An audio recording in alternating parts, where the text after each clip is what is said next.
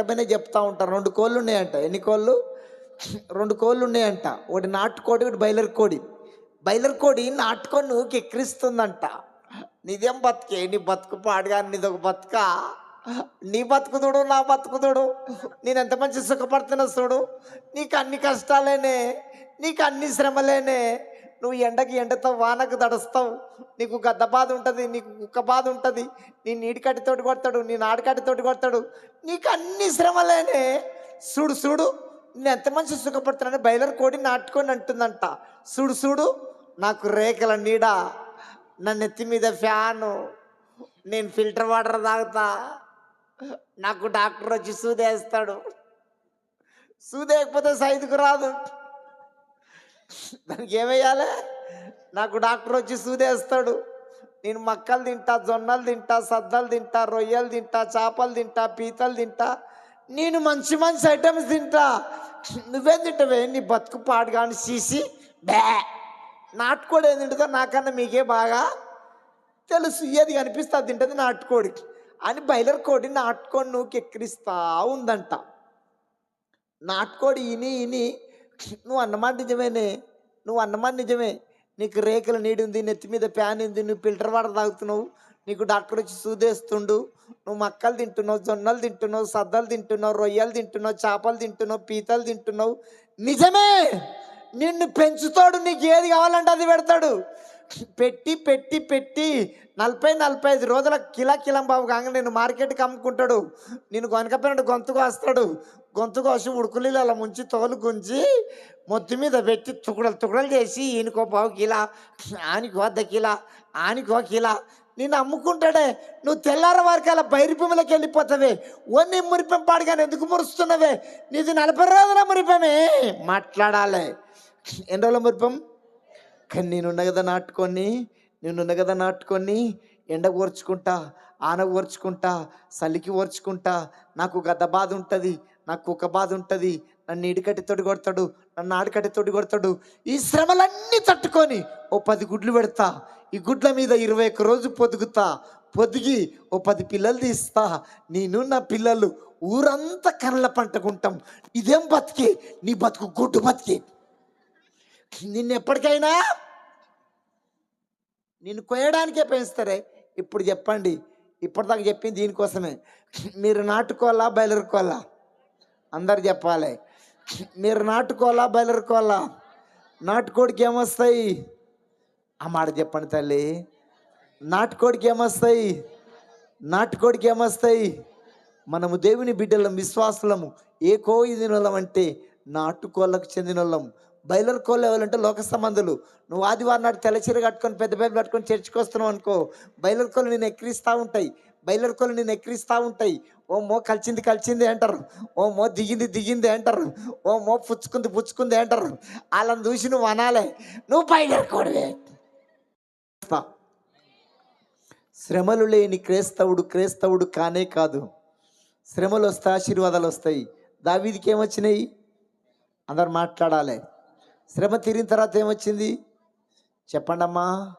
దానియేలుకి ఏమొచ్చినాయి? ఆశీర్వాదం వచ్చిందా? శ్రమ తీరిన తర్వాత ఏమొచ్చింది?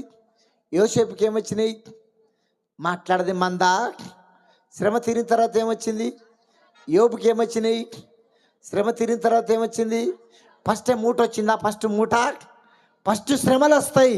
శ్రమ తీరిన తర్వాత ఆ శ్రమలకు నువ్వు తట్టుకొని ప్రభు కోసం బ్రతికితే ఓ పెద్ద ఆశీర్వాదం. అన్న ఎట్లుంది అట్లుంచి అన్న, ఏం చేయకన్నా, ఓ పెద్ద ఆశీర్వాదం నీకు వస్తుంది. ఒక మాటతో చెప్పాలంటే నా యేసయ్యకి ఏమొచ్చినాయి చెప్పండి అమ్మా. శ్రమ తీరిన తర్వాత ఏమొచ్చింది? నీకు కూడా అంతే. నాకు వచ్చిన శ్రమలు మామూలు శ్రమలు కాదు. శ్రమలు రాకపోతే ఈ దేవుడు నాకు దొరకపోవు.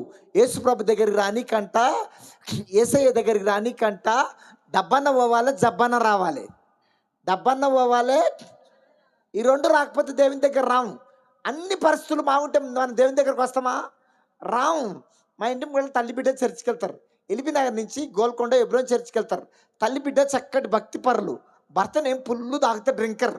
ఆ తల్లి బిడ్డలు మా ఇంటికి వచ్చి మొరపెట్టుకునేది, అన్న మేము ఇద్దరం పరలోకం వెళ్తే మా నాయన నరకానికి వెళ్తాడు అన్న, తాగి తాగి సస్తట్టుండన్నా. మా నాయన రక్షణ తీసుకొని ఎప్పుడు చచ్చిపోయినా మాకు చింత లేదన్నా. మా నాయన రక్షణ కోసం ప్రార్థన చేయండి అని ఆ తల్లి బిడ్డలు మా ఇంటికి వచ్చి మొరపెట్టుకునేది. నేను కూడా వ్యక్తిగతంగా ప్రార్థన చేసేది. ఎక్కడ మీటింగ్ లేకపోతే గురువాన్ని దర్శించి ఓ సువార్త పాంప్లెట్ ఇచ్చి, అంకుల్ చర్చికి రా అంకుల్, యేసుప్రభుని నమ్ముకో అంకుల్, తాగుడు మానేసి అంకుల్, ఈ పాంప్లెట్ చదువు అంకుల్ అని సువార్త చెప్తుంటే వినకపోయేది. పాంప్లెట్ ముద్దలాగా చేసి నా ముఖం మీద కిసిరి కొట్టి, ఫోరా దేవుళ్ళాడు గివుళ్ళాడు, ఫోరా దేవుళ్ళాడు ఇట్లా బెదిరించేది నన్ను. ఎంత చెప్పినా వినకపోయేది. తాగి తాగి తాగి తాగి పక్షవాతం వచ్చింది. ఏమొచ్చింది? పక్షవాతం వచ్చింది. మూతి ఇట్లా వంకర పోయింది, పెడక పోయింది, ఇట్లా ఇట్లా పోయింది మూతి. 2 చేతులేమి ఇట్లా పోయినాయి, కాళ్ళు ఇట్లా పోయినాయి, కాళ్ళు ఇట్లా పోయినాయి. ఇప్పుడు వస్తుండు చర్చికి. నేను చర్చికి మాటలు సరిగా రాక తొత్తర మాట్లాడు, అత్త అక్కడికి అత్త అత్త గొప్ప కార్యం చెయ్యాల దేవుడు, నన్ను తట్టపరచాలి. ఇప్పుడు కొడుతున్న తప్పట్టు ఇట్లా ఎట్లా ఇప్పుడు ఇట్లా కొడుతుండ. ఇప్పుడు అంటే తాగి తాగి తాగి నరాలన్నీ చచ్చుపడ్డాక లివర్ మొత్తం పాడైనాక వస్తా వస్తా గుడికి వస్తా, నమ్ముకుంటా దేవుని ఎప్పుడు నమ్ముకుంటానంట? అన్ని పరిస్థితులు బాగున్నప్పుడు. కొంతమంది మందిరానికి రావంటే రారు, వస్తారా? కట్ల పామన్నా గర్వాలి, కట్ల పామన్నా, క్యాన్సర్ రోగం అన్నా, కడుపున ముడికెళ్ళ గడ్డ అన్నా, స్వామన్నా, ఇవి రాకపోతే దేవుని దగ్గర రారు. దేవునికి స్తోత్రం, దేవునికి స్తోత్రం. నేను బ్రతకాలన్నా సావాలన్నా మీ చేతుల్లో ఉంది. మీరు ఉసూరు మంట గుసూరు అనుకో, నాకు నడిపింపు ఉండదు. బట్ట షాపుల బొమ్మల్లాగా, షోకేసుల బొమ్మల్లాగా కూర్చోకండి. నేను కొన్ని మాటలు వదిలిపెడతా, మీరు మాట్లాడాలని. నేను వదిలిపెట్టిన దాన్ని మీరు అందించండి. హైదరాబాద్లో కొన్ని బట్టల షాపులో బొమ్మలు పెడతారు. కొత్తగా ఓపెన్ చేసేటప్పుడు బట్టల షాప్ కూడా కొన్ని ప్లాస్టిక్ బొమ్మలు పెడతారు. దయ్యంలాగా ఎంటికలు వచ్చి దొండపండ్లాగా లిఫ్ట్కి వేసి కనుబొమ్మలు సన్నగా వేసి ఇట్లా పెడతారు. కదలది అట్లుండకండి. మీరు కదలండి, మెదలండి, స్పందిస్తుర్రు, ఇంకొంచెం స్పందించండి.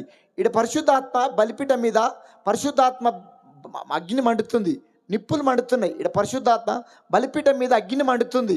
చల్లారిపోయే టైంకి వచ్చింది. మీరు ఇక్కడ బొగ్గులు వేస్తే ఏమవుతుంది? ఇంకొంచెం మీరు మధ్యలో బొగ్గులు వేయండి, కానీ బిళ్ళతో నీళ్ళు వేయకండి తల్లు. నేను వదిలిపెట్టిన మాటను మీరు అందియడమే మీరు ఏమేసినట్టు. బొగ్గులు వేస్తే ఏమవుతుంది? మీరు మధ్యలో బొగ్గులు వేయండి, కానీ బిందెలతో నీళ్ళు వేయకండి తల్లు. బస్ స్టాండ్లో బ్యాగులు ఓడగొట్టుకుంటారు కదా, నా బ్యాగ్ ఎవడో ఎత్తుకపోయింటారో మొదటి నష్టపోవడం అన్నట్టు కూర్చోకండి. మీరు కొంచెం చురుగ్గా ఉండండి. దేవునికి స్తోత్రం. నాటుకోళ్ళ బయలుకోళ్ళ, నాటుకోడికి ఏమొస్తాయి? శ్రమలతో కుస్తీ పట్టాలంట, శ్రమలతో పోరాడాలి, శ్రమలకు ఎదురు తిరగాలి. కుస్తీ పట్టాలంటే ఓళ్ళు చుట్టూ వాళ్ళు పట్టుకొని గుద్దులాడుకున్నారు, పంచాయతీ పెట్టుకున్నారు. అక్కడికి వెళ్ళి అప్పనే శ్రమ వస్తుంది, రోగమన్న శ్రమలు వస్తున్నాయి, ఆర్థికంగా శ్రమలు వస్తున్నాయి, కష్టాలన్న శ్రమలు వస్తున్నాయి, రోగాలన్న శ్రమలు వస్తున్నాయి. 3 రోజులు ఉపవాసం ఉండి నిండా ముసుకేసుకొని నిండు మొక్కల మీద ఉండి ఎక్కి ఏడుచుకుంటా ఇట్లా అనాలి, అప్పా రా చూసుకుందాం, నువ్వన్ను ఉండాలి. రోగమా దా, నువ్వన్ను ఉండాలి. నిందే దా, ఇట్లా దా.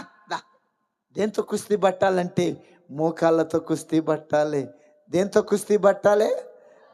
ఇంకా దేంతో కుస్తీ పట్టాలి? కన్నీళ్ళతో కుస్తీ పట్టాలి. క్రైస్తవుని బలం ఏందండి? మన కన్నీళ్ళే మనకు బలం. సముద్రమైన ఎండిపోతుందంట, కానీ మనము దేవుని సన్నిధిలో కార్చిన కన్నీళ్ళు ఎండిపోవంట. మన బలం ఏందండి?